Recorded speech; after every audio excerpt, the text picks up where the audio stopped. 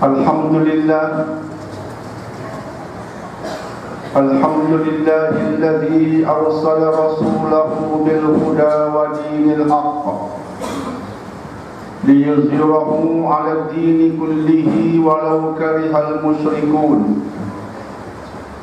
Ashhadu an la ilaha illallah wahdahu la syarika lah wa ashhadu anna sayyidana Muhammadan 'abduhu wa rasuluh. Allahumma shalli wa sallim wa barik 'ala hadzal nabiyil karim sayyidina Muhammad wa 'ala alihi wa ashabihi wattabi'in wa tabi'it tabi'in lahum bi ihsanin ila yaumiddin. Amma ba'd, faya ibadallah, ittaqullah wa'lamu anna Allaha ma'al muttaqin. Hadirin sidang Jumaat yang dihormati lagi dimuliakan, pada tanggal lebih kurang 7 Januari, akhbar mingguan di Perancis yang bernama Charlie Hebdo telah menerbitkan kartun-kartun mengaibkan Nabi kita sallallahu alaihi wasallam.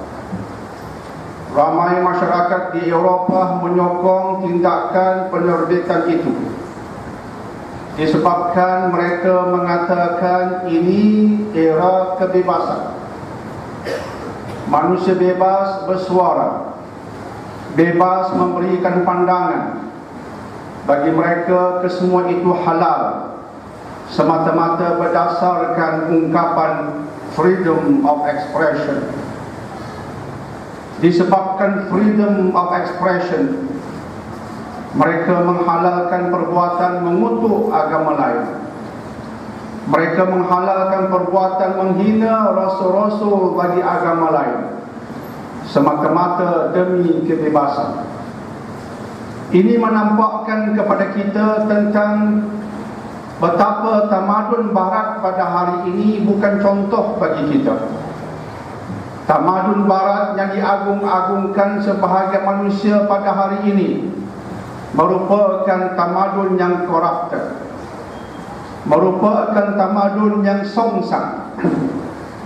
Umat Islam tidak memerlukan tamadun mereka. Walaupun tidak kita nafikan dalam tamadun itu ada sedikit sebanyak kebaikan-kebaikannya. Sebagai contoh, di penjuru kajian sains yang memperbaiki kehidupan masyarakat, tidak kita nafikan kesemua itu. Tetapi banyak prinsip dan dasarnya memang songsang. Charlie Hebdo menerbitkan kartun-kartun itu pada tahun 2015. Bayangkan 10 tahun dahulu apa yang telah berlaku di bumi Denmark. Pada ketika itu, 10 tahun terdahulu, sebuah majalah yaitu Jyllands-Posten juga telah melakukan perkara yang sama. Jyllands-Posten di Denmark juga telah menerbitkan kartun-kartun mengaibkan Nabi, dan ia berulang semula 10 tahun selepas itu, yaitu baru-baru ini pada bulan Januari 2015. Pengalaman di Denmark begitu memberikan suatu rangsangan kepada kita. Ketika dunia mengamuk, ketika sebahagian umat Islam mengamuk kerana memarahi tindakan Jyllands-Posten, masyarakat Islam di Denmark tidak mengamuk. Mereka tidak melenting. Mereka tidak bertindak membunuh non-Muslim. Mereka tidak bertindak gila-gilaan. Sebagai contohnya dengan membakar gereja-gereja. Tindakan gila-gilaan seperti itu tidak diajar oleh Islam, tidak diajar oleh Nabi SAW. Tindakan seperti itu tindakan dirangsang oleh iblis dan syaitan. yang merangsang emosi segelintir umat Islam ini untuk bertindak melampau. Akhirnya masyarakat merumuskan tindakan Gillen Boston boleh kita katakan melampau, tetapi tindakan umat Islam yang mengamuk juga melampau. Dua-duanya melampau, dua-duanya tidak betul. Penjuru dan Muslim tidak betul, di penjuru umat Islam yang mengamuk melampaui batas juga tidak betul. Maka alhamdulillah, umat Islam di Denmark tidak mengamuk. Mereka merancakkan satu senjata. Mereka telah merancakkan satu senjata. Mereka telah menggunakan semampu boleh satu senjata penting.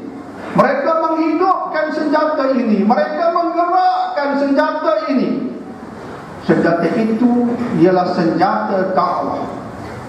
Mereka menghidupkan senjata dakwah. Mereka menggerakkan senjata dakwah. Kesannya, alhamdulillah, mengikut statistik rasmi Denmark, pada tahun 2005, umat Islam di Denmark berjumlah lebih kurang 2.500 orang. Tiba-tiba selepas Gillen Boston menerbitkan kartun-kartun yang telah kita sebutkan tadi, ramai non-Muslim di Denmark hendak mengenali Nabi Muhammad SAW. Akhirnya dakwah dihidupkan dan umat Islam menceritakan kepada non-Muslim tentang Muhammad SAW. You want to know this man? We will tell you in details about this man. And this man is called Muhammad. Peace and blessing be upon him. Kesannya, mengikut kenyataan rasmi, pada tahun 2007, jumlah umat Islam meningkat daripada 2.500 mencencah 4.000 dalam masa hanya lebih kurang 2 tahun. Itulah berkat senjata dakwah dihidupkan. Maka pada tahun 2015, ketika Charlie Hebdo menerbitkan karikatur-karikatur mengaibkan Nabi, memang akan ada umat Islam yang mengamuk. Itu sudah kita jangkakan. Di Nigeria, segelintir umat Islam membakar gereja-gereja. Di Pakistan ada non-Muslim dibunuh. Perbuatan seperti itu memang tidak wajar. Mengaibkan Islam, menghuduhkan wajah Islam, membenarkan tuduhan musuh bahawa Islam memang pada asalnya agama keganasan. Lihat apa yang mereka buat. Di penjuru Perancis, Charlie Hebdo menerbitkan kartun-kartun. Di penjuru Nigeria, mereka bakar gereja-gereja. Memang benar Islam merangsang keganasan. Perbuatan umat Islam yang sempit akal dan sempit minda ini membenarkan musuh Islam tentang kenyataan mereka Islam agama keganasan, sedangkan pandangan itu sebenarnya salah. Justru pada hari ini umat Islam perlu mengawal emosi. Kita perlu menggunakan satu senjata yang sentiasa Nabi pesankan, supaya senjata ini kita hidupkan. Dalam surah Ali Imran ayat 110, Allah Subhanahu wa taala berfirman, "Kuntum khaira ummatin ukhrijat lin-nas, ta'muruna bil ma'ruf wa tanhauna 'anil munkari wa tu'minuna billah." Sampai ke hujung ayat. Kamu merupakan sebaik-baik umat yang Allah keluarkan bagi manusia, dengan syarat kamu mengajak kepada ma'ruf, kamu mencegah kemungkaran, dan kamu beriman kepada Ilahi. Kita hanya menjadi sebaik-baik umat jika kita mengajak manusia kepada ma'ruf, dan tidak ada ma'ruf yang lebih agung daripada ma'ruf dalam bentuk mengajak manusia kepada Allah, mengajak manusia kepada iman. Itu ma'ruf ataupun kebaikan yang paling besar. tidak ada mengatasinya. Iman kebaikan paling agung, sekaligus untuk mengajak manusia kepada iman, ia memerlukan dakwah. Dengan melaksanakan dakwah, barulah insya-Allah kita menjadi khairu ummatin ukhrijat linnas, sebaik-baik umat yang Allah keluarkan bagi manusia. Cuma persoalan bagi kita di Malaysia, adakah kita merancakkan dakwah kepada non-Muslim? Jangan kita berasa terkejut jika ada sebahagian non-Muslim di Malaysia yang tidak mengenal Allah. Ada sebahagian non-Muslim di Malaysia yang tidak mengenal Nabi Muhammad. Disebabkan mereka tidak mengenal, mereka mengatakan pelbagai ungkapan tentang Allah dan Nabi Muhammad. Jadi adakah kita hanya menanti isu supaya bila timbul isu kita alhamdulillah akan mengamuk? Kita lebih suka dikenali sebagai umat mengamuk, sedangkan Nabi mahu kita dikenali bukan sebagai umat mengamuk, tetapi sebagai umat dakwah.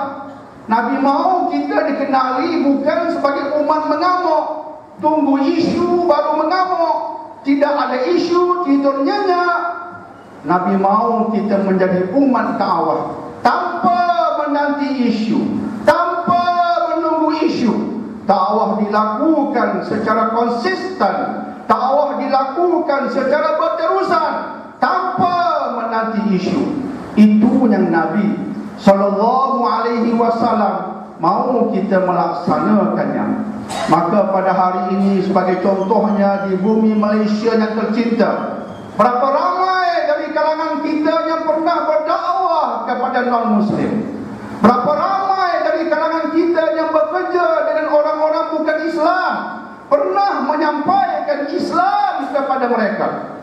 Kita kongsi facai dengan mereka, kita buat itu dan ini, berbagai aktiviti bersama mereka.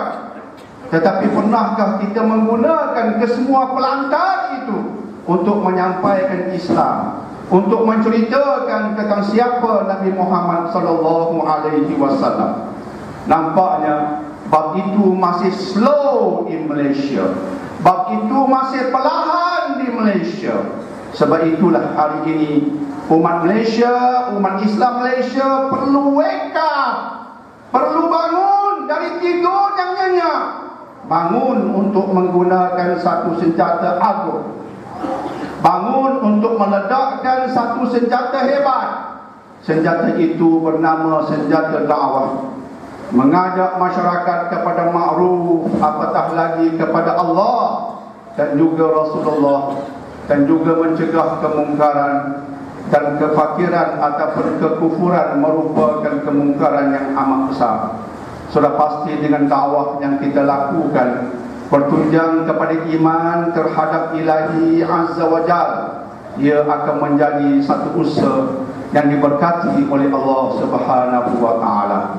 Tuan-tuan hadirin sidang Jumaat yang dihormati lagi dimuliakan, bercakap tentang Rasulullah SAW dalam surah Al-Baqarah ayat 146, Allah telah menyatakan satu kenyataan yang amat penting.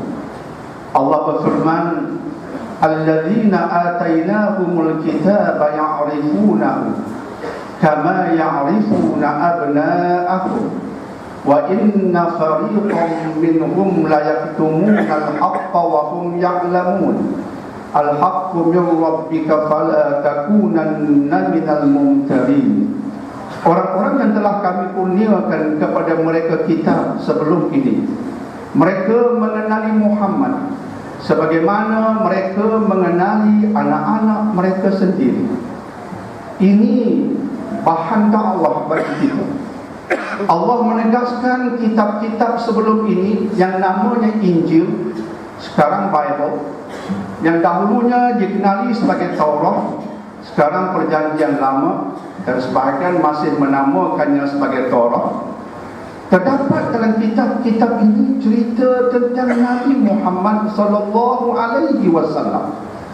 Jika kita mencari ilmu dan kita mendalami kenyataan-kenyataan dalam kitab-kitab sebelum ini, pasti akan menemui kisah-kisah Nabi Muhammad, dan ini modal dakwah kepada kita. Kita boleh mengatakan, wahai manusia yang mengaitkan Muhammad dengan katun-katunnya, kamu kena sedar, Muhammad itu telah Allah ceritakan dalam kitab-kitabmu. Wahai Kristian di Perancis, Allah telah menceritakan tentang kemuliaan Muhammad dalam Bible-mu. Wahai golongan Judaism, wahai Jews, wahai Yahudi, Allah juga telah menceritakan kemuliaan Muhammad dalam Torah-mu. Kamu mengaitkan Muhammad, tetapi Tuhanmu memuliakan Muhammad dan ia terdapat dalam kitab-kitabmu. Ini modal dakwah bagi kita. Tetapi modal ini hanya bermakna jika kita bukan sekadar angin pun, banding pun, bukan sekadar ilmu kita, ilmu di bawah tempurung sahaja, sekadar ilmu yang sempit sahaja.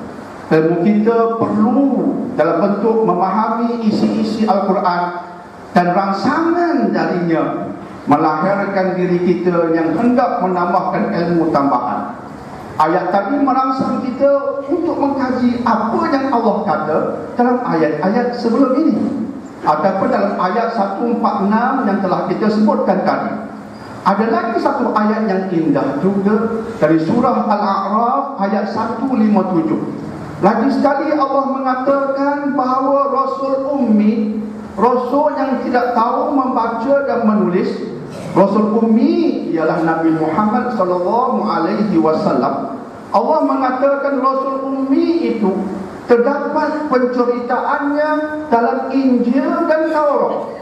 Sehingga seorang ulama Nusantara yang hebat, yaitu Syekh Hamka, dalam tafsir Al-Azharnya terangsang untuk mengkaji Bible dan juga Taurat, ataupun kitab Perjanjian Baru dan juga kitab Perjanjian Lama, dirangsang oleh ayat Quran ayat 157 surah Al-A'raf. Dirangsang ayat untuk mengkaji Bible dan juga Taurat, untuk melihat di sana bahawa ada kisah-kisah tentang Muhammad sallallahu alaihi wasallam, dan beliau mengatakan memang ada. Dan ayat-ayat itu Syekh Hamka mengatakannya sebagai basyarat. Basyarat artinya kabar gembira. Dalam Perjanjian Lama dan Perjanjian Baru ada kabar gembira kedatangan Nabi Muhammad sallallahu alaihi wasallam.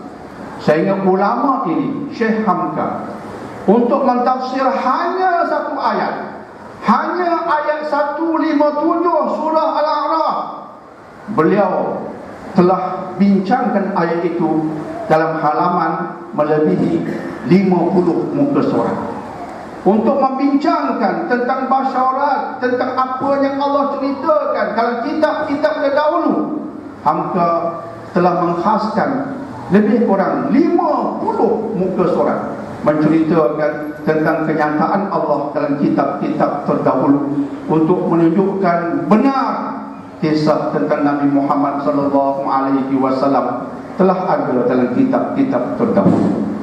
Sekaligus itu modal dakwah, dan tidak menjadikan kita umat mengamuk, tapi umat dakwah, berdakwah berdasarkan ilmu yang luas, bukan ilmu di bawah tempurung, dan kesannya akhirnya boleh mengetuk minda orang bukan Islam untuk mereka melihat akhirnya Nabi Muhammad sallallahu alaihi wasallam memang rasul yang hak. Sebab itu kisah baginda telah ada, telah diwar-warkan sebelum baginda lahir, diwar-warkan sebelum baginda ada. Itu menampakkan bahawa ia datang dari Tuhan. Nabi belum ada, tak mampu mempengaruhi orang terdahulu. Baginda belum datang. Siapa menceritakan tentang baginda sedangkan baginda belum datang? Allah Subhanahu wa ta'ala. Ini antara modal dakwah yang umat Islam perlu tahu. Semoga insya-Allah kita menjadi umat dakwah, bukan umat mengamuk. أعوذ بالله من الشيطان الرجيم يا أيها الذين آمنوا ادخلوا في السلم كافة ولا تتبعوا خطوات الشيطان إنه لكم عدو مبين.